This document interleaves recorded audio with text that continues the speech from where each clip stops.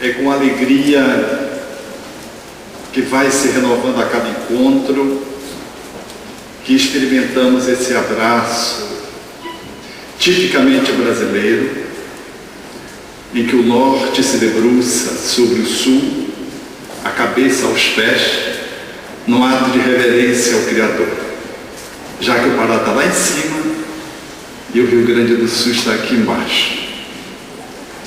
E nesse evento poderíamos dizer que essa genuflexão, ela envolve aquilo que está no meio, o coração. E o coração, no meio, é Niterói, Rio de Janeiro, cuja película foi apresentada, aonde está esse amigo por demais caro, Raul Teixeira, que faz parte do grupo Remanso pra Terra. Mais uma obra que tem o odor de cristianismo na Terra.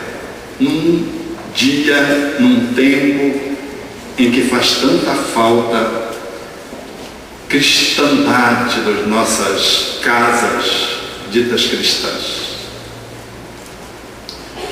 Vamos fazer o nosso evento no seguinte formato. Vamos fazer uma fala, depois vamos abrir espaço para perguntas após uma fala, um intervalo, espaço para perguntas num microfone volante e depois uma fala final, até vocês desmaiarem de cansaço.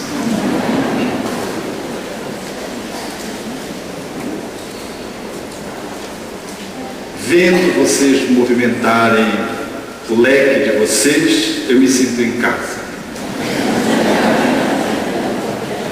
Porque diz-se que no Pará, até o urubu para voar, ele se abana. Não te iludas, amigo. Por mais se expandam lágrimas contigo, todo lamento é vão. Tudo que existe e persiste no mundo vive do entendimento harmônico e profundo através do perdão. Perdão que lembra o sol do firmamento, sem se fazer pagar pelo seu foco opulento, a vencer a escuridão da noite insondável, fria, dia a dia, e a nutrir no seu longo itinerário o verme e a flor, o charco e o pó, o ninho e a fonte, de horizonte a horizonte, quando for necessário. Perdão que se nos destaque na bênção da rosa, estrela cetinosa, que ao invés de pousar sobre o diamante, desabrocha sobre o espinho, como a dizer que a vida de caminho a caminho não despreza ninguém. E alta, bela, generosa e fecunda, quer que toda maldade se transfunda na grandeza do bem. Perdão que se reporte à brandura da terra pisoteada, esquecida heroína da paciência, que acolhe em toda parte os detritos da morte e sustenta os recursos da existência. Mãe e escrava sublime de amor mútuo, que preside em silêncio ao progresso de tudo. Amigo, assegura a certeza de que o perdão é lei da natureza, segurança de todos os mistérios. Perdoa e seguirás em liberdade do rumo certo da felicidade. Nas menores tarefas que realizes, para lembrares sem sombra os instantes felizes, na seara de luz na qual a luz de Deus se insinua e reflete, é importante lembrar o ensino de Jesus, que nos sugere perdoar 70 vezes 7 cada ofensa que venha a perturbar o nosso coração, o que vai afirmar que na senda de ascensão, em favor da glória a que aspiras na luta transitória, é mais do que importante, é fundamental que te esqueças por fim de todo o mal. E em tudo no bem que te des, Deus espera que tu ajudes e abençoes, amando e perdoando outra vez.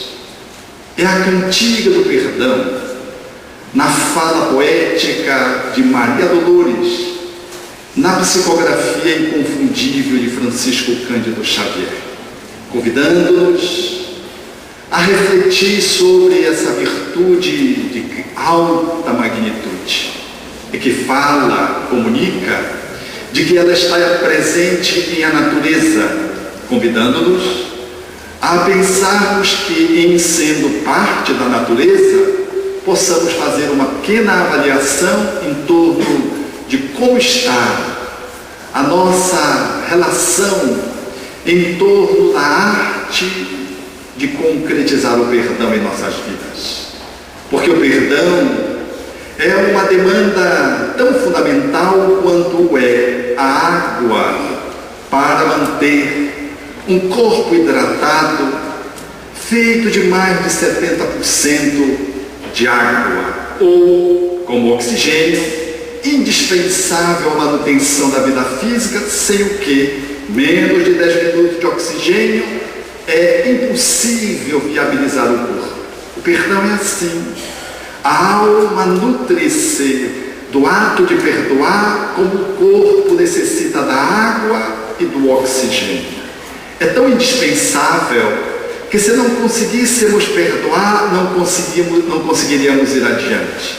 E este evento justifica o pelo que muitas vezes nós ficamos encalhados aqui e acolá, sem nos darmos conta de que a incompetência não é de A, B ou C ou da natureza, de que não podemos atribuir a Deus e nem aos astros, mas ela reflete tão somente uma forma imatura, de pouco caso, de desatenção ou de ignorância, de que ela repousa em nós mesmos em função da nossa precariedade no exercício da conjugação do verbo perdoar.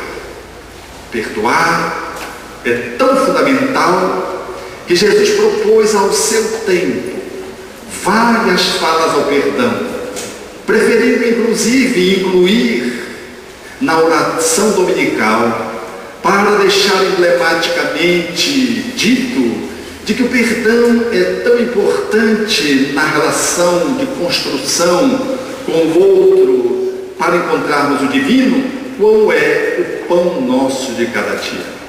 Jesus fala demasiadamente do perdão, em função de que essa demanda, ela se justifica no cotidiano, nas semanas, nos meses e às vezes, aqui e acolá, a intervalos mais largos, emblematicamente, como quem vai exigir mais tarde um teste de aferição acerca de uma virtude que deveria ter sido exercitada frequentemente para lograr se estabelecer a vitória num perdão olímpico, depois de uma experiência longa de exercitamento no cotidiano da existência.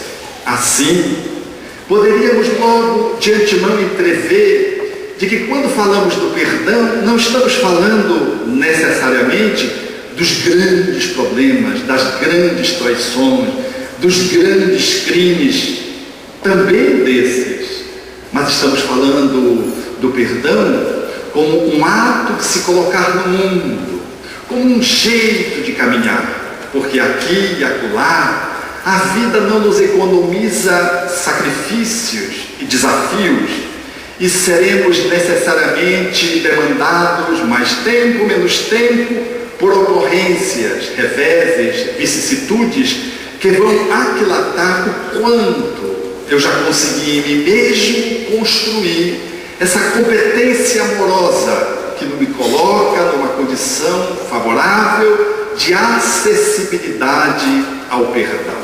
Logo, perdoar, portanto, faz parte de um jeito de ser, filosoficamente, na perspectiva espírita, porque o ato de perdoar, ele é tão importante que nesta semana você foi solicitado algumas vezes a exercê-lo, sem se dar conta, porque muitas vezes, inconscientemente, nós não percebemos de que nós precisamos de pequenos perdões e precisamos dar pequenos perdões aqui e acolá no movimento diário da nossa existência, na construção da nossa própria vida. Quando entramos, por exemplo, entre uma fila e outra para cadeira vaga e se pisamos no pé de alguém, nós logo somos chamados a exercício do perdão. A gente pede perdão e alguém concede ou não. É lógico, você pisou no seu pé num seminário sobre o perdão, você está como que emparedado diante do tema e você vai sorrir, está num ambiente espírita, portanto, de excelência, e você será chamado, portanto, mesmo que seja apenas num sorriso meio maroto, um meio sorriso, um sorriso monalísico, a dizer que sim, que o outro está perdoado. E o outro vai e se senta ao seu lado. E durante alguns segundos estabelece-se um clima fluídico, energético, entre o ofensor e o ofendido, o que pisou e o pisado. E ali nós estamos percebendo o ato da alquimia do perdão, esse movimento transformador, mágico, num perdãozinho, que é de pedir desculpa porque pisou no pé do outro, e o outro abrir mão de se sentir tão lesado, conceder o perdão àquele que foi o pisoteador. Porque pisar no pé do outro é uma ocorrência banal, mas pisar num pé que tem unha encravada, você sai da conta de alguém que pisou para ser um pisoteador. E se for uma mulher com seu sapato novo, recém-comprado, e fino e delicado, pisar na ponta do sapato às vezes dói mais do que se pisasse no dedo numa chinela. Então tem uma dor aí que dói no bolso, que dói no dedo, que dói na alma, dependendo de onde você pisa. E aquilo que poderia ser resolvido facilmente, desculpe, eu não vi, não tem nada não, e o outro sentaria ao seu lado e em 15, 20, 30 segundos estava resolvido, você vai precisar de alguns minutos, vai ter que ouvir a palestra até um ponto para poder ceder o perdão, porque enquanto você está tentando elaborar o perdão, depois do pedido do outro que pisou na sua unha gravada, que está latejando, ou no seu sapato bem posto, você haverá de estar pensando de si para consigo, mas não é possível que essa pessoa seja cega, mas não é possível que ela não viu o meu pé. Mas não é, você vai encontrando justificativas para poder valer o seu espaço, que foi invadido por um pé estranho e que lesou você de tal modo que você, depois de 5, 10, 15 minutos, quando a unha parou de latejar, ou quando você começou a refletir que foi apenas um sapato, e de que não machucou tanto, porque você já deu 5 olhadas para ele, para ver se arranhou, você então é capaz de olhar para o outro e aí você concluiu o perdão. Depois de 15 minutos, nós somos capazes, portanto, de viabilizar o perdão em 15 segundos ou em 15 minutos. Mas, se a situação for mais dramática, e se você percebeu que a pessoa arranhou no seu carro quando foi encostar o dela ao lado do seu, e porque ela não percebeu, ou porque teve alguma dificuldade, ou porque o freio não pegou e ela arranhou o seu carro, e saiu sem que você pudesse ver quem foi, e o outro saiu com medo de apanhar, porque não sabia quem era o dono do carro, e às vezes pode surgir um confrontamento físico, sai o culpado e sai o lesado vendo o seu carro arranhado. 15 minutos não é suficiente para perdoar. A pessoa vai olhar, vai ter uma indignação, notadamente, se o carro é novo.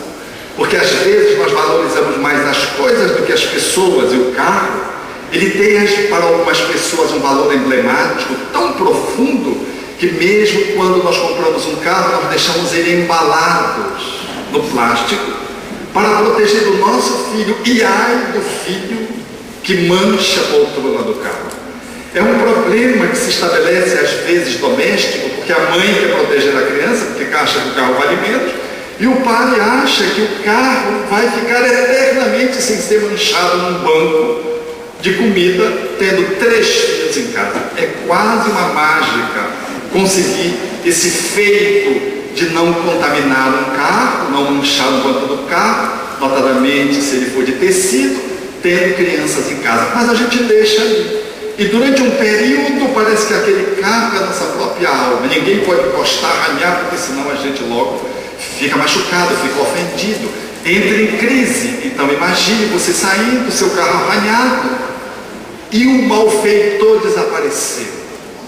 Quanto tempo você vai ficar? Primeiro, para digerir o arranhão. E segundo, rogando praga para aquele que arranhou o seu carro e fugiu. E o fugitivo, o fujão, quanto tempo ele vai precisar para se perdoar? Porque era melhor enfrentar o opositor, mesmo com medo do discurso físico, porque já sofreram uma experiência dessa ordem, a ter que fugir, porque a consciência ninguém foge. A gente sai, mas a consciência fica dizendo: você devia ter esperado, você devia ter enfrentado. Ah, mas eu ia apanhar, talvez ele me batesse, como aconteceu naquela vez. Mas era melhor ter enfrentado, porque fugir, o arranhão é pior, não é no corpo, é na alma. A consciência é assim. 15 minutos não vão ser suficiente. Talvez 15 dias. Um e outro poderão resolver o problema do perdão. Aquele que teve o carro arranhado perdoando, e aquele outro que fugiu se perdoando em função de um medo, de um confronto físico. Não era necessariamente uma questão econômica, de poder ressarcir o dano, era uma questão de medo. Ele fugiu por medo, ou ela fugiu por medo. Assim, nós às vezes precisamos de 15 segundos, de 15 minutos, de 15 dias, às vezes de 15 meses, às vezes de 15 anos para perdoar uma encrenca, e às vezes de 15 vidas para dissolver uma problemática que nós jogamos para debaixo do tapete. O perdão é assim. Ele precisa de um tempo para ser elaborado. Às vezes, de imediato, nós conseguimos resolver a questão, mas em outras circunstâncias mais dramáticas, o processo se alonga por algumas vidas. E aquilo que nós resolvemos facilmente em 3 minutos, nós precisamos de 3 encarnações para poder resolver um nó que nós não conseguimos desatar em função da forma como nós nos colocamos diante do conflito. Vejam que a complexidade do perdão, ela vai tomando feitios diferenciados, porque as consequências, elas vão nos alcançar em vários níveis. Se nós nos excusarmos, nos distanciarmos do perdão, é melhor fazer o enfrentamento e a resolução do processo do que simplesmente adiar, porque os tempos às vezes são outros. Os minutos correm, mas as circunstâncias às vezes não são tão favoráveis. A contabilização dos juros agrava a problemática. Aquilo que poderia ser resolvida num tempo adiada se transforma no agravamento do mal. Por isso, é bom estarmos atentos de que perdoar não é uma atitude pontual, não é um ato somente, é um hábito de se colocar no mundo. Porque todos os dias seremos solicitados a podermos estar agenciando uma cota de amor para viabilizar o perdão, considerando de que o perdão é filho da amorosidade, sem o que ele não se constitui, como a própria palavra propõe, perdoar. É doar inteiramente, doar completamente, fazer um circuito de modo a que você possa fechar uma atitude de doação, como alguém que faz um percorrido na cidade, faz um périplo, como alguém que faz um pernoite, passa uma noite inteira. O ato de perdoar é o ato de doar até se esgotar a problemática, seja ela mágoa, seja ela culpa, porque mágoa e culpa são 2 circunstâncias normais da vida. Porque se você pisar no pé do outro quando entrou e não sentiu nada, e acha que pisar no pé do outro é igual a pisar no pé do tapete, com o pé no tapete, você está precisando de um atendimento médico. E se você não se sentir de alguma forma atingido porque você foi pisado na sua unha encravada, você também está precisando de um atendimento. Porque é normal o ato de poder se mobilizar diante de uma situação. Só os psicopatas não sentem culpa e não se magoam. Os Psicopatas, eles estão tão adoentados e empedernidos, é como se não tivesse sensibilidade. Então o ato da mágoa e da culpa, elas fazem parte como mecanismos que sinalizam que você tem que ajustar o comportamento. Mas a culpa, quando se converte em remorso, é nociva, prejudicial e nunca necessária. A mágoa, quando se transmuta, aprofunda e se constitui no rancor, ela passa a ser nociva e nunca é necessária. Se culpa e mágoa podem acontecer, e acontece no cotidiano, e precisamos acolher como mecanismos de aprendizado do dia a dia, como alguém que está se alfabetizando na linguagem do coração, do amor, é de bom tom dizer que estaremos sempre reprovados quando a nossa culpa se transformar numa culpa tóxica, num remorso, ficarmos remoendo, ou quando a nossa mágoa ela aprofundar no ressentimento, estaremos comprometidos. Isso nos dá um pouco já a dimensão de que nós podemos nos considerar seres flexíveis nessa sensibilidade e de que sentir culpa e mágoa dentro de uma relatividade é normal, mas nutri-las é sempre muito ruim. Elas existem para que você aprenda, transforme e avance. Se não o fizer, mais cedo ou mais tarde, as consequências danosas vão alcançar o seu corpo, porque alcançarão a sua emoção, o seu psiquismo, as suas interações espirituais, e deverão em algum momento, mediante a dor com que elas comparecem na vida daquele que guarda, que cultiva a mágoa e a culpa toxicamente, elas haverão de culminar num sofrimento exigindo que você pare para reitinerar o caminho que não está bem posto. Porque diante de uma situação de mágoa e culpa, sempre nós precisamos nos perguntar: eu estou me sentindo magoado, estou me sentindo culpado, em que direção está indo a minha alma? Está indo na dissolução do problema ou ela está indo no cultivo, na fixação da problemática? É como quem vai aqui na serra e tem neblina. Se você fica paralisado, você não avança. Mas se você avançar na estrada, você entra na neblina. Se entrar na neblina e estacionar porque você está na neblina, você fica paralisado. É necessário você avançar com cautela e ir de modo a que você possa avançar e surgir do outro lado. Quando você ultrapassa a neblina, você superou o problema que estava lhe obstando a caminhada. Assim é a mágoa e a culpa. Elas são neblinas colocadas na estrada da nossa vida, que precisamos ultrapassá-las, continuando, evoluindo, aprendendo e avançando. Se nós nos fixamos no meio da neblina e ficamos paralisados, nós congelamos e deixamos de caminhar, estacionamos a nossa marcha.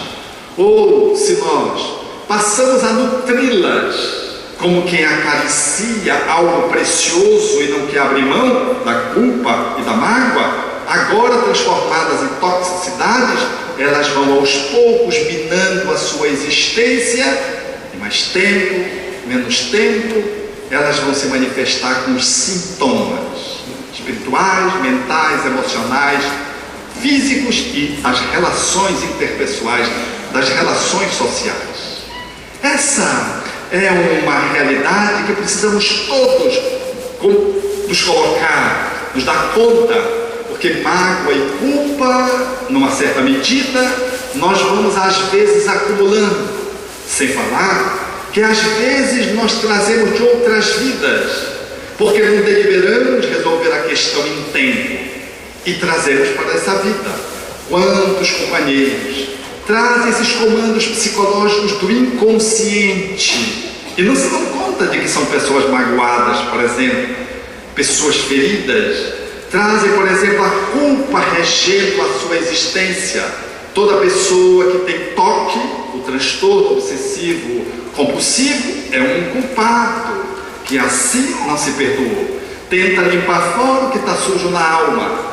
É uma atitude, uma tentativa de eliminar aqueles pensamentos que vêm persistentemente no ser, que falam de conflitos internos, de remorso, problemas que não foram dissolvidos e comparece de um jeito patológico.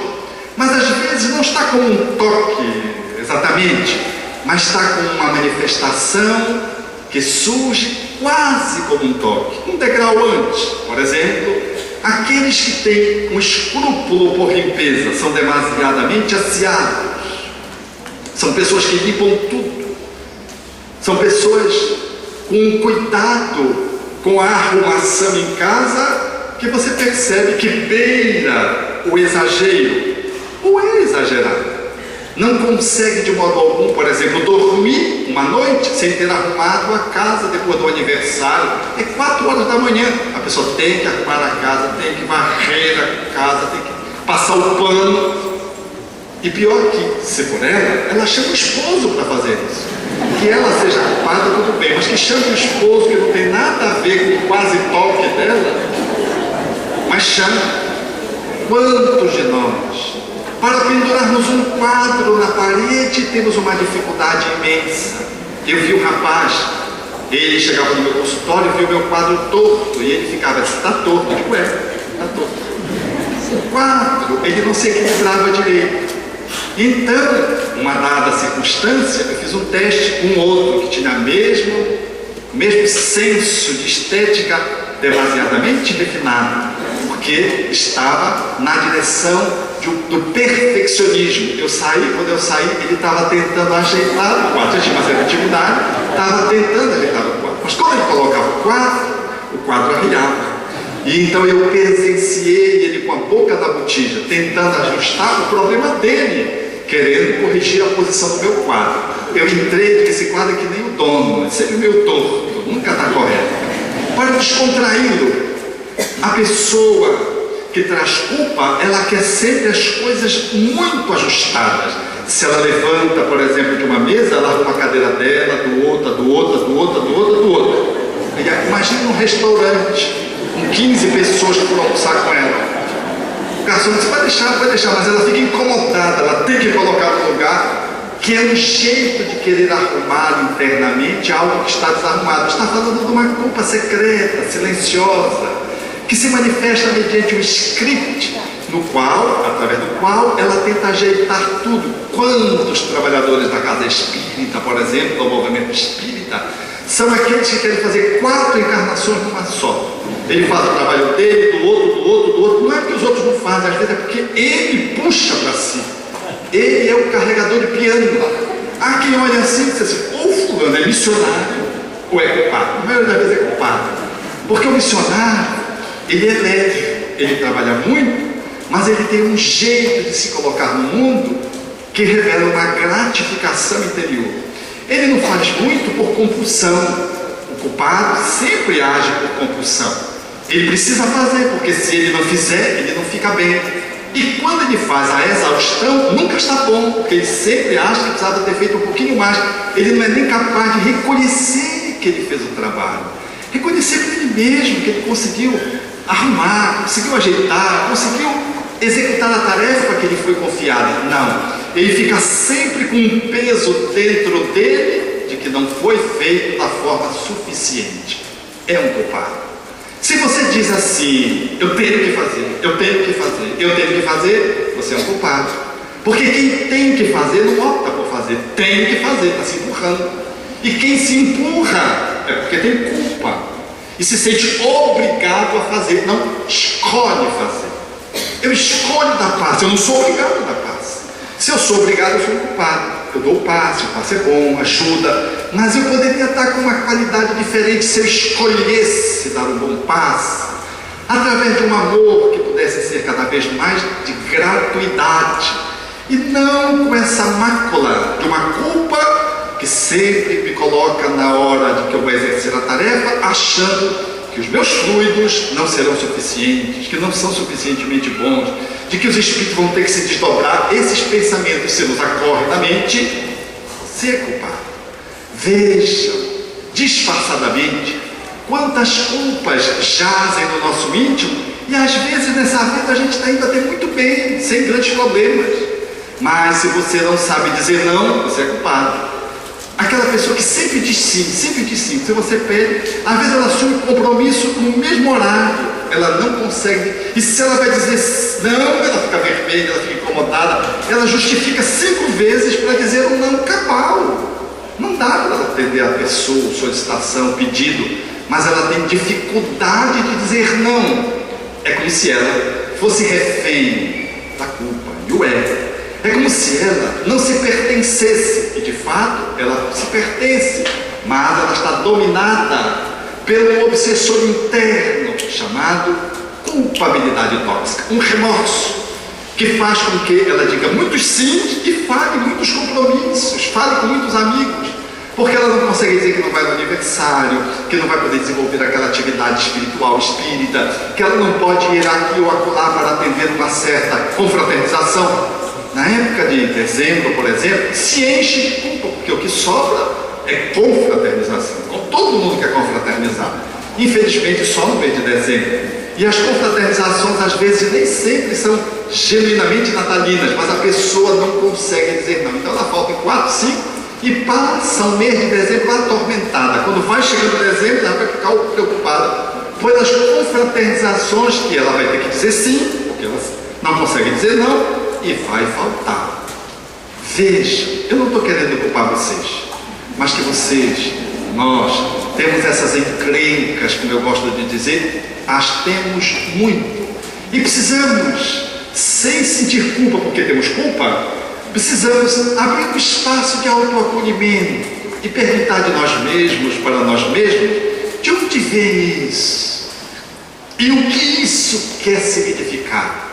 Para que a culpa ela não me algeme, ou para que o rancor que brota de uma outra vida ele não me aprisione, me tornando uma pessoa distímica. Distimia é a patologia psiquiátrica de uma depressão que não se caracteriza daquela forma clássica onde a pessoa não sai de casa, não quer tomar banho, não quer comer, mas ao contrário, a pessoa sai, mas está sempre com aquele humor irritável, está sempre de mau humor, é uma pessoa que está sempre reclamando, por mais que esteja sol, que esteja frio, que esteja calor, por mais que seja aniversário, ela está sempre distímica. A distimia é uma manifestação da alma que comunica que a pessoa não está bem internamente. Ela às vezes faz um mix de culpabilidade tóxica e de rancor. Essas duas coisas se misturam. Ela fica mal, como nós ficamos. Quando você cometeu um equívoco durante o seu dia, você fica com aquela coisa, deixa de sorrir, fica chateado, chega em casa e alguém logo me pergunta: o que foi que aconteceu, meu bem? A gente já sabe que aconteceu alguma coisa. Eu tratei fulano assim, ou eu fui tratado assim. A gente ainda não resolveu o problema. Estamos ainda processando aquela dificuldade. E nós ficamos meio que silenciosos, taciturnos, ou ficamos irritados, porque não conseguimos ter um bom desempenho diante de uma ocorrência profissional e tratamos grosseiramente o funcionário, o chefe, e vamos para casa e ficamos o resto de irritado, demonstrando que nós não resolvemos ainda aquele problema. Imagine uma pessoa que cometeu erros graves e que não resolveu, ela reencarna e traz isso no inconsciente profundo, que se comunica como um mau humor crônico. É um processo que convida a pessoa a se olhar e a poder perceber que ela precisa ter mais atenção consigo mesma, que precisa mobilizar o perdão e as ações do bem para ir fazendo um novo cortejo de ações e criando um novo contexto no qual ela se sinta menos pior e também no qual ela possa estar refletindo, estudando a sua própria consciência através da autorreflexão, de onde está vindo aquele mau humor, de onde está vindo aquela pulsão que fala destrutivamente você, de onde está vindo aquilo que te maltrata e maltrata aqueles que convivem com você. Esse olhar, ele é indispensável, sob pena de podermos ir levando uma vida de má qualidade com a doutrina de excelência que temos, dispensando o autotratamento, não nos valendo da medicação que está posta na literatura espírita por descaso de reflexão. Às vezes refletimos para os outros, somos um trabalhador espírita, mas não nos trabalhamos. Às vezes até fazemos palestras para os outros, mas não conseguimos fazer uma autorreflexão que possa atender às angústias do nosso coração. Por isso que o perdão é sobretudo também uma necessidade dos trabalhadores espíritas, porque estes são os mais mobilizados em função das responsabilidades que assumem e dos desafios que são chamados a fazer enquanto enfrentamento. Olhar-se para si mesmo, e não só para aqueles a quem atende, é de bom tom de alguém que assim está fazendo o caminho do perdão dia após dia, para, estando mais resolvido, possa contribuir melhormente com os outros, nas tarefas que desenvolve, com as pessoas com quem convive, no cotidiano da sua existência familiar, no trabalho, aonde habita por 8, às vezes 6 horas diariamente, nos 5 dias úteis. É necessário, portanto, atualizar o perdão, notadamente aqueles que somos os tarefeiros, que temos, portanto, a honra de trabalharmos com Jesus e a responsabilidade de refletirmos os ensinos que apregoamos para os outros e que fazem parte da nossa estrutura filosófica de vida. E no dia a dia é que vamos fazendo isso, não deixando passar as circunstâncias aonde a gente comete esse ou aquele pequeno delito, ou pequena falha, para logo ir atualizando, para não acumular aquilo que já trazemos, que às vezes já é por si só uma boa soma de sombra interna, manifesta no rancor e no remorso. E é quando acrescentamos mais outros conteúdos, inviabiliza muitas vezes a nossa convivência saudável nestes e naqueles grupos sociais. Eu vivi uma experiência para compartilhar as nossas responsabilidades desse tipo. A cada dia basta o seu mal, dizia Jesus. Então vamos nos esforçando para poder, na conta do perdão, estarmos ajustando o comportamento a fim de irmos limpando a alma à medida em que os convites que a vida faz surgem. Eu estava em Belém do Pará, há uma pizzaria de Belém do Pará, e estava com a minha parceira de caminhada, e nós pedimos uma pizza, e a metade era primeiro uma por ela, e a outra metade era eu. Eu pedi pizza portuguesa. E quando veio a pizza, eu vi que não veio a pizza portuguesa. Eu perguntei, mas não era pizza portuguesa? Ele disse, é, essa aí. Eu digo, não, não é. Aonde está o ovo? Aonde está a cebola? Aonde está o tomate? Eu saí como se fosse um chefe, um pizzaiolo. E ele, silencioso, ficou calado. E como ele não respondesse, eu continuei o comprimindo fraternalmente. E quando ele foi servir, ele disse, o senhor quer pela boa portuguesa? Aí ele coloca essa michuruquinha aqui, desqualifiquei. E quando eu acabei de fazer isso, que por si já era uma pisada de pé, a minha parceira de caminhada disse assim, quando ele saiu, você leu o cardápio? Eu não tinha lido o cardápio. Eu comecei a chamá-lo. Quem disse que aquele garçom me enxergava? Não me enxergava mais. E eu acenar, até que um outro veio, tentou levantar o braço, eu disse, traga o cardápio. Quando eu peguei o cardápio, eu abri, pizza portuguesa, entre parênteses, tudo que tinha na pizza portuguesa. Não tinha tomate, não tinha ovo e não tinha cebola. Aí deu aquela dor, porque além de ter desqualificado o garçom, eu estava no lugar errado. Eu que não leu o cardápio. Eu comecei a chamar o garçom, mas quem disse? Eu acho que eu virei espírito. Ele não me via. E eu achava lá e nada, o garçom veio. E eu fui comendo a pizza encrencado, com um destino silencioso. E aí ele disse para minha parceira, eu não vou dormir com essa. Porque à medida que a gente vai se tornando espírita mesmo, ou seja, que a gente assume o espiritismo como a nossa prática existencial de vida, a gente vai procurando ser melhor, porque o espírita é esse ser em movimento e transformação. O espírita não é um santo perfeito, porque não existe perfeição na terra. O espírita é um batalhador, é alguém que está diante de si mesmo, fazendo um esforço contínuo de auto-melhoramento. Mais do que tentando melhorar os outros, ele procura a si mesmo se transformar e melhorar.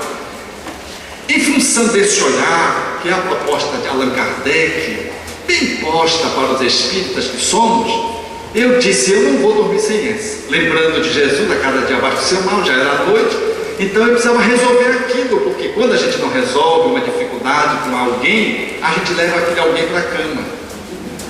Sonha, esbufeteia alguém, engasga o outro, ou se sente engasgado se você for ocupado. E aí, na hora da conta, ele deverá vir, nem na hora da conta ele veio. Veio outro garçom, pagamos a conta, e eu disse para a Yasmin, se eu vou lá resolver isso. Entrei atrás do garçom, na pizzaria que tinha um lugar climatizado. E ele estava lá no fundo, eu fui, toquei o ombro, ele assim um pouco mais baixo, muito mais baixo do que eu. Quando ele me olhou, estendeu a mão para ele e disse, eu quero lhe pedir desculpa, foi muito grosseiro com o senhor. Ali, quando ele pediu a pizza, ele pegou na minha mão, sacudiu a minha mão, quase que arrebenta o meu ombro, e disse, eu lhe perdoo, e sorriu. Eu não pedi perdão, eu pedi desculpa. Desculpa é um genérico, é um perdãozinho.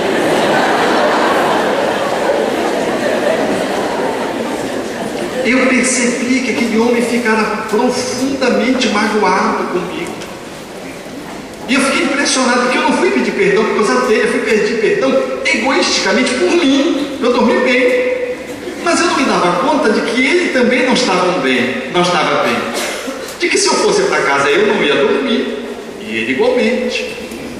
O que ia acontecer? Ele ia chegar em casa e ia sobrar para quem? Para a esposa. A esposa, maltratada por ele, passaria para quem a raiva? A criança, como nós fazemos habitualmente. A criança agredida pela mãe indevidamente faria o quê? Chutaria o cachorro. O cachorro agredido pelo seu dono sairia e morderia alguém naturalmente. Mordido alguém, esse alguém ia para o hospital procurar um médico que tratou mal o garçom.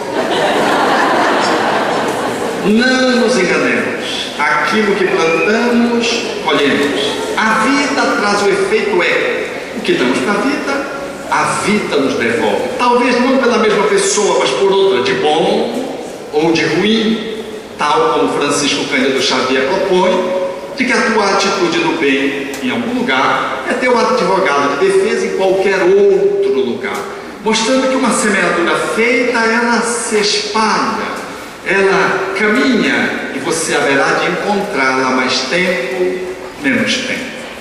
É assim que nós vamos costumeiramente nos habituando a fazer, à medida que vamos nos dando conta de que é necessário melhorarmos em nós mesmos essa performance no campo do perdão. Por isso, quando nós às vezes colidimos com um trabalhador espírita, por exemplo, dentro de uma atividade espírita, é compreensível que nessa ou naquela circunstância haja um desentendimento e que fiquemos aqui e acolá numa situação de mágoa ou de culpa por aquilo que dissemos ou que ouvimos ou que proferimos, e às vezes precisamos de um tempo para elaborar aquilo, mas não podemos jogar isso embaixo do tapete. Ainda que a gente formalmente diga, não, depois a gente conversa sobre isso, eu não estou em condições de conversar. Como outro dia eu vi uma companheira da Seara Espírita dizendo para o seu companheiro de trabalho, por favor, você não me dirige a palavra durante 24 horas, está bem? E ele é militar, e ela tem um cargo acima do dele, ele aceitou, e ficou 24 horas, parece um siri na lata, cercando, mas ela ficou calada e ele não se dirigiu a ela. Depois de 24 horas ela foi, sentou e conversou. E nós nos ríamos, porque essa é uma forma de lidar madura, melhor do que dizer que não está magoado, ficar puxando o tapete do outro, ficar vibrando contra o outro. É poder sem nenhum revide, poder dizer: eu não estou bem, eu estou chateado, eu não gostei do que você me disse, ou eu estou ruim, eu preciso conversar com você, aquilo que eu disse para você não é verdade, eu exagerei porque quis agredir você. É importante que a gente tenha essa disponibilidade. Passa um torpedo para o outro: fui mal, não fui mal, já denuncia de que você reviu a sua posição, que às vezes pecou pelo excesso ou pela omissão, e você precisa se rever diante do outro que ficou em situação muito inadequada, diante de uma situação de conflito. Esse movimento é o movimento que devamos fazer na vida, o esposo com a esposa, a cada dia mais para o seu mal. Se encrencou, desencrenque naquele dia, se possível. Mas não fique ad eterno, semana após semana, porque isso vai comendo o acasalamento e aquilo não se resolve. E se o casal é espírita, com mais razão. Outro dia eu estava falando num estado e uma companheira depois disse assim: aconteceu isso comigo, com meu parceiro, o parceiro dela do lado. Nós brigamos, aí eu me deitei de costas para ele na cama, ele se deitou de costas para mim, porque nós fizemos as pazes. E aí eu esperei ele dormir. Quando ele dormiu, eu levantei, que eu não conseguia dormir. Fui, tomei água, voltei de mansinho, deitei. E ele me dizendo: eu não estava dormindo, eu estava fazendo que estava dormindo. Aí eu dei um tempo para ela dormir. Quando ela dormiu, eu levantei, fui, tomei um pouco d'água, tomei um pouco de café, voltei de mansinho para ela acordá-la, e deitei. E ela dizendo: eu já estava acordada, quer dizer, nenhum dos dois dormiu. No dia de manhã, os dois, parece que tinha um trator passado pelos dois, porque foi uma insônia burra. E eles fizeram um trato: nós não vamos mais dormir assim, a gente senta para resolver, vamos conversar, porque os dois perceberam que agiram de uma forma muito inadequada. A vida é assim, ela vai nos trazendo de volta e vai nos convidando a essa movimentação de tal modo que aprendamos a perdoar, posto que ela é uma semeadura cuja colheita será correspondente ao tipo de ação implementada. Nós aqui e lá encontramos de volta circunstâncias que nos falam da necessidade de nós nos aprumarmos quando achamos que somos almas absolutamente livres de qualquer suspeita, achando que somos almas em dia com a lei. Surge alguém dentro de casa, surge alguém no nosso caminho convidando-nos a pensar em conteúdos internos que jazem na nossa alma, reclamando-nos atualização. Como vi outro dia numa companhia, mãe com os filhos já bem postos, entrando pela final da adolescência, com um parceiro, resolveu adotar uma criança.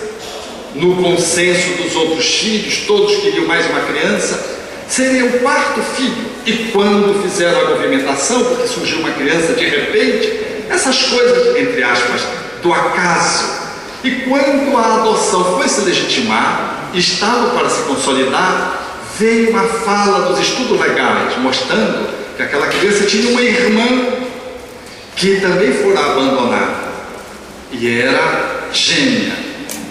E de que, portanto, adotar uma, tinha que se adotar a outra. O casal imediatamente acolheu e foram buscar a outra.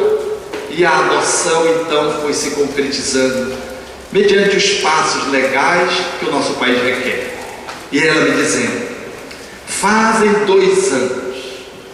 Aquela que nós fomos buscar era uma criança normal, comete atitudes inadequadas, às vezes apronta. Eu a amo como amo meus filhos, mas aquela outra que veio com ela mexe com as minhas vísceras. Ela dizendo assim: eu chego a tremer por dentro. Eu vou lhe dar o remédio homeopático, eu tremo para dar o remédio homeopático. É uma criança de 7 anos, as duas, gêmeos, 7 anos. E eu fico muito incomodada porque eu sinto um sentimento que eu nunca senti em minha vida. Eu sinto ódio que eu não sabia que sentia. Vivi experiências das mais dramáticas na minha vida. de violência sexual, há processo de agressões físicas entre afetos. Nada disso se equivale ao mal-estar que eu sinto diante desse espírito que chegou do meu lar. Ela me olha e diz: mamãe, tu és a melhor mãe do mundo. E isso me estraçalha por dentro, porque ela é tudo de bom, é consenso. Imagine uma criança que é adorada aonde vai, os irmãos adoram, parece que ela foi feita sob medida. No entanto, muito embora seja a criança graciosa que é, eu não consigo amar. Às vezes vem uma compaixão e vem depois a aversão e depois o ódio. Eu fico circulando nesses sentimentos. Ela me olha e diz: mãe, deixa eu fazer uma massagem no teu pé. E aí eu deixo, contrariado, para criar uma relação de maior proximidade. E ela me toca aos pés e é como se eu sentisse choque. Outro dia ela me olhou e disse: mamãe, tu não me amas, não é? Eu olhei para ela e disse: não, minha filha, eu não amo o que você merece, mas eu vou amar você. Eu vou amar você do tamanho do universo. Ela dizia isso e as lágrimas da criança de 7 anos escorriam, porque a criança coloca atrás da porta flores ao longo do corredor para esperar a mãe. Cuida da mãe como se ela fosse a mãe cuidando de uma filha. Trata ela com tanto desvelo, com tanta correção, que a mãe não tem que dizer isso ou aquilo dela no estudo, em tudo. No entanto, há uma aversão instintiva, ao ponto de os espíritos amigos, na reunião adequada da qual ela participa, como médium que é, disserem para ela: esse é um processo de longo curso, no qual, numa existência você se vingava, na outra ela assumia a posição da desforra, e vocês duas vinham trocando de posição de algoz e vítima, algoz e vítima. Aí o espírito disse: mas ela já resolveu a encrenca dela, agora falta você fazer a sua parte. Ela veio preparada, porque ela já perdoou você, e veio dar a chance para que você conclua esse processo perdoando. Essa mulher espírita, trabalhadora, chorando, diz assim: Alberto, tudo que esse espírito me disse no meu coração diz que é verdade, porque tudo que ele disse é o que eu sinto e eu vejo no comportamento dela. A forma como ela me olha é de ternura, como se tivesse pena da minha mediocridade de não conseguir perdoá-la, e eu me envergonho de mim pelo sentimento que eu sinto dela, porque reconheço que ela é tudo de bom, ela é consenso, unanimidade dentro de casa e dentro do condomínio. Essas situações às vezes nos desafiam, porque elas surgem do nada, na conta de um neto, de um parceiro, de uma parceira, de um filho, de alguém que chega na conta de um genro, de uma nora, e então surge no palco dos reencontros existenciais a necessidade do perdão olímpico, aquele perdão que você tem que mexer com as entranhas. Certa feita, uma jovem me procurou no processo psicoterapêutico, porque vivia processos sexuais de muita dificuldade. E ela me dizia: eu conheci o meu esposo numa festa de carnaval, eu o vi e me apaixonei por ele, e ele por mim. Naquela festa ele interrompeu o noivado que ele tinha, e a partir daí nós começamos a namorar. O relacionamento era como se pudéssemos descrever de duas pessoas que tinham se reencontrado, ele muito católico, ela também. E aí, nesse processo, eles casaram. Foi para a lua de mel e ela virgem, como era a postura da época. E, na lua de mel, não obstante a afetividade recíproca, não houve uma comunhão física propriamente dita. O processo é compreensível, e quando voltaram para a cidade onde eles moram, pensando que a situação ia se regularizar, não se regularizou. Veio o primeiro mês, o segundo mês, o terceiro mês, o quarto mês e nada.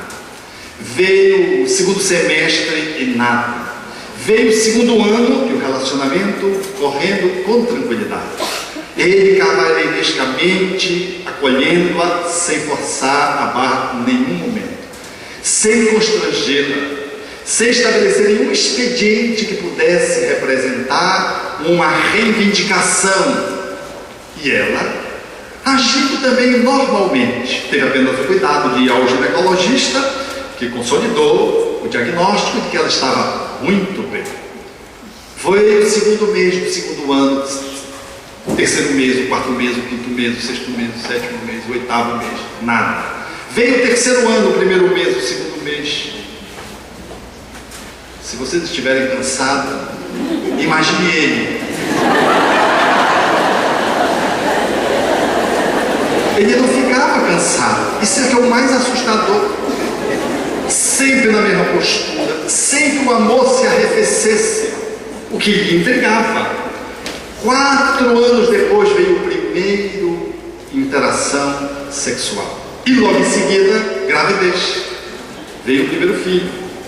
E aquilo que poderia ser assim, resolvido o problema e agora vai se regularizar, ficou que nem como no Rio Grande do Sul, com as estações. Era uma na primavera, um relacionamento no verão, outra no outono, outra no inverno. Ficou um inferno a vida astral sexual, como diriam os jovens numa linguagem coloquial.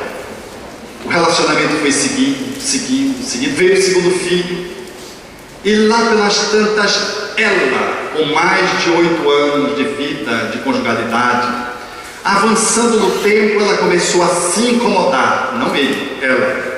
Então ela disse: eu vou procurar uma ajuda psicoterapêutica, nessa altura já espírita. Eu vou procurar uma ajuda de um profissional da reencarnação. Isso está ele. Ele disse: não faça isso. Católico, fervoroso. Mas por quê? Não precisa. Você está se sentindo incomodada?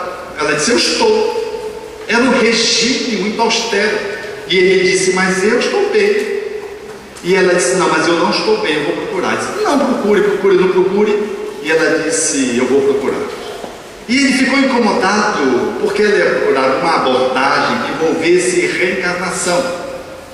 E ela então me procurou, trouxe a problemática. O tempo já tinha se escoado há uma década, mais de uma década. E ela então, depois da anamnese pronta, depois de entender que havia uma indicação psicoterapêutica para fazer uma intervenção desse naipe em nível profissional, nós fizemos a intervenção. E ela fez. E a primeira vivência que ela experimentou foi ela no berço. A mãe se vinculou a um homem na conta de padrasto, e esse homem a manipulava sexualmente com os dedos. E à medida que ela foi ganhando idade, ele começou a violá-la sexualmente de uma forma mais ostensiva. E quando ela tinha 11 anos, ela fez uma parada cardiorrespiratória num ato sexual. E via-se fora do corpo, e via aquele homem corpulento, ela magríssima, ele agoniado, porque ele mantinha sob chantagem para que ela não contasse para a mãe das intimidades sexuais que ele perpetrava contra a criança. Ela experimentou a angústia daquele homem que ficava semi-enlouquecido.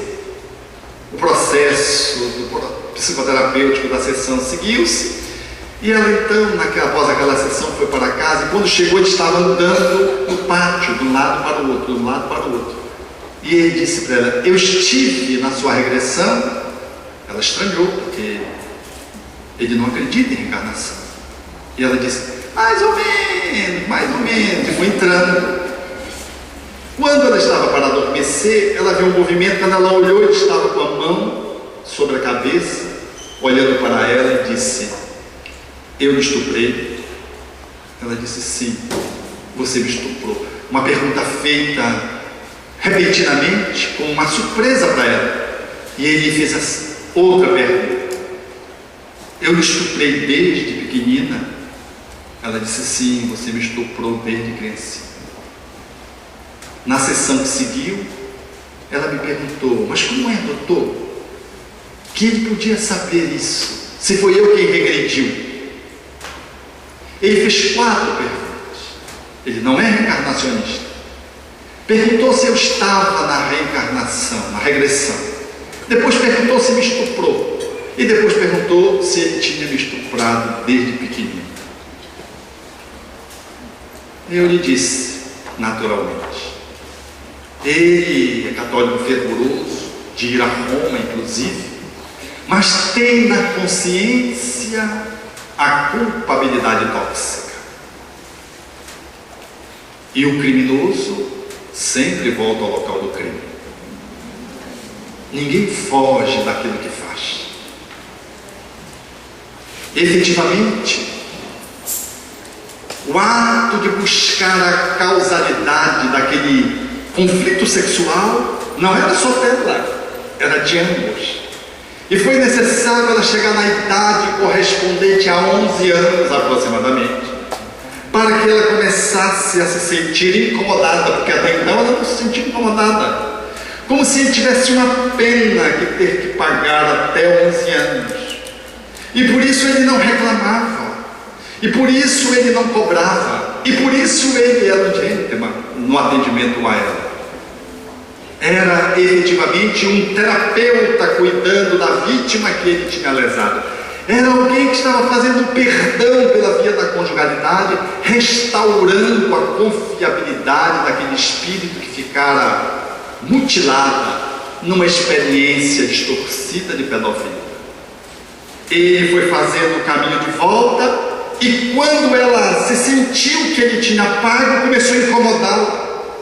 Naturalmente, que eu estou levantando aqui apenas uma janela, porque essa cena, essa relação, ela tem outros expedientes de outras vidas, que não é o caso mencionar, mas só para mostrar como é que as coisas funcionam no processo relacional quando nós nos movimentamos na vida e a vida nos coloca no nosso caminho alguém que eu amo de graça, termino o noivado, me relaciono com aquela pessoa como se fosse uma relação de encaixe perfeito. No entanto, tem um problema grave que ninguém queixa-se, que ninguém, o culpado, não reivindica, e o lesado acha que está tudo bem, até que se conclua um tempo em que um dos dois começa a se sentir desconfortável, porque ele ainda não estava desconfortável. E aí então o relacionamento pode dar um salto de qualidade. A reencarnação é a palavra-chave. Por isso os espíritos disseram a Allan Kardec que no alfabeto divino o amor é a primeira palavra e a reencarnação é a segunda. O perdão ele só é compreensível na sua extensão máxima quando você, olhando o amor, transpõe os limites de uma vida. Uma vida só é inviável para demonstrar e falar da reencarnação.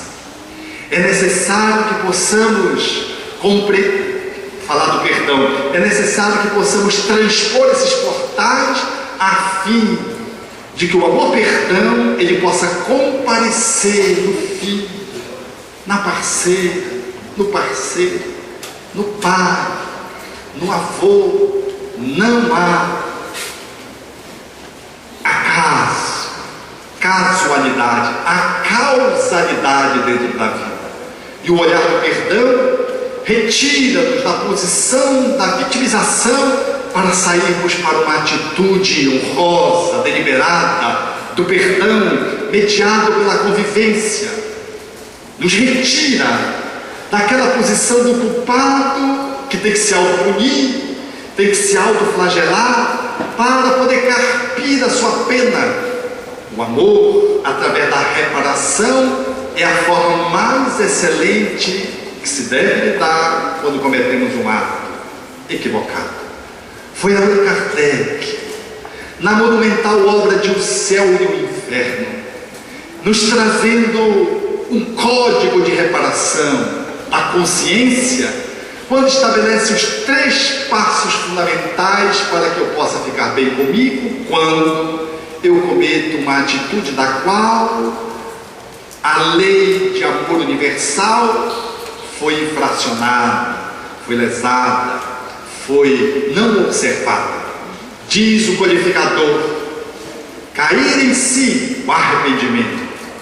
O segundo passo, a expiação, o desconforto que eu sinto pisando o pé do outro, ou pisando no pé engravado, ou então ferindo o carro do outro, pegando o carro do outro, ou então fazendo um atropelamento quando avanço, por exemplo, uma preferencial do outro, e eu avanço a preferencial e comete-se um delito porque a pessoa do outro carro falece.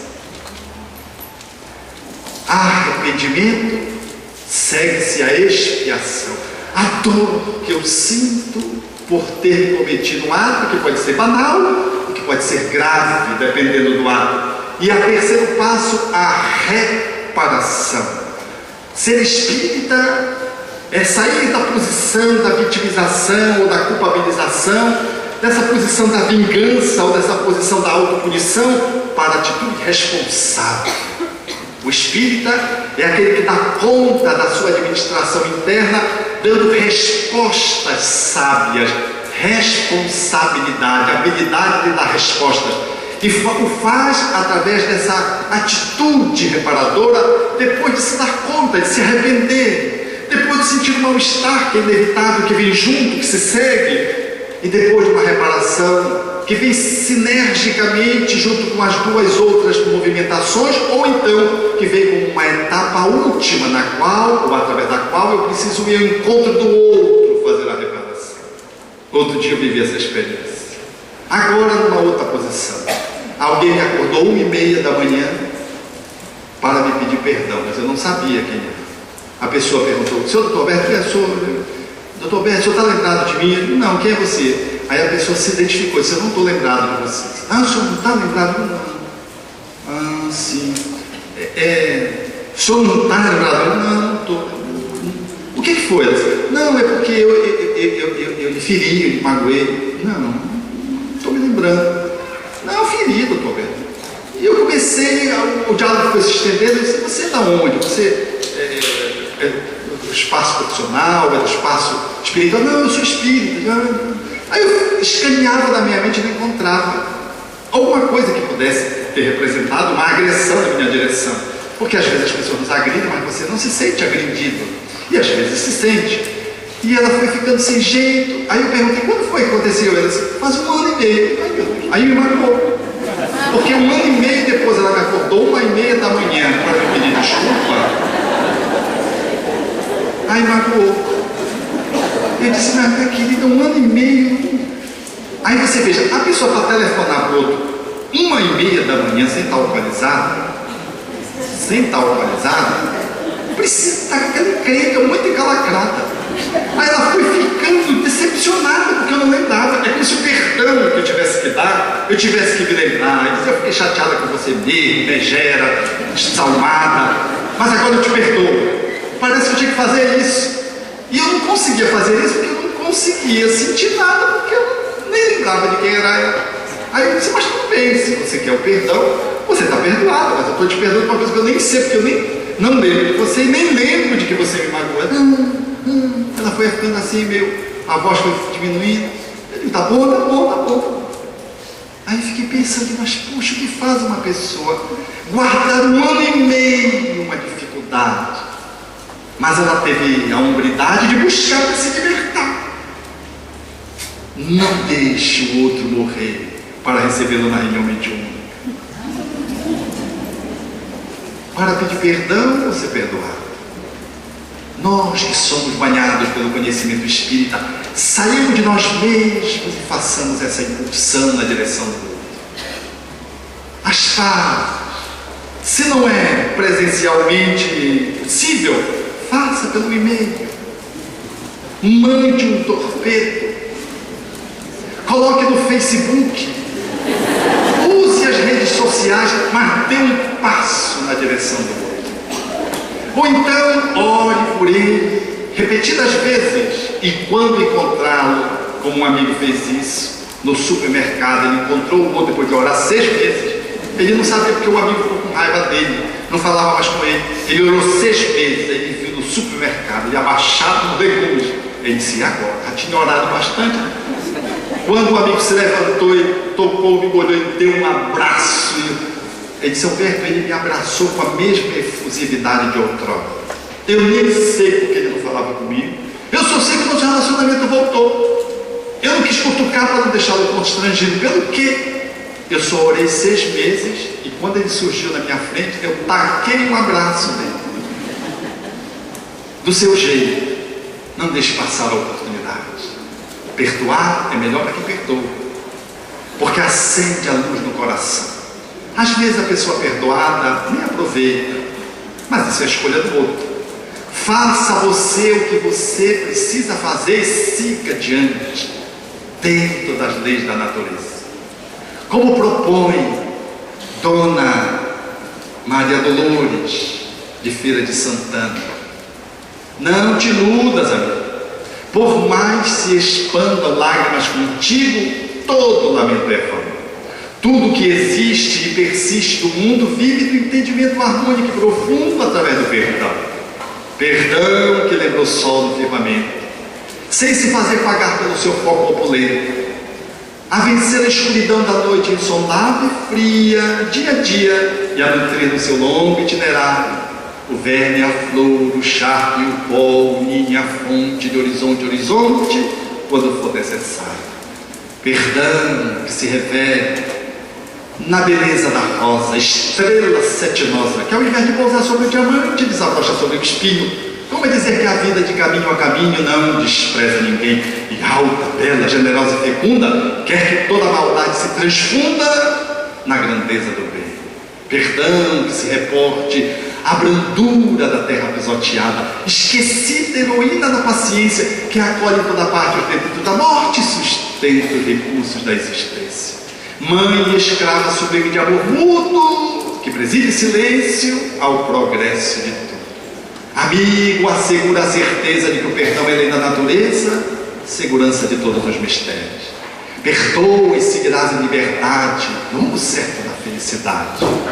As menores tarefas que realizes, para lembrares sem sombra os instantes felizes, na seara de luz na qual a luz de Deus se insinua e reflete, é importante lembrar o ensino de Jesus, que nos propõe perdoar 70 vezes 7, cada ofensa que venha a perturbar o nosso coração, o que vale afirmar que na senda de ascensão, em favor da glória a que aspiras na luta transitória, é mais do que importante, é fundamental que te esqueças por fim de todo o mal.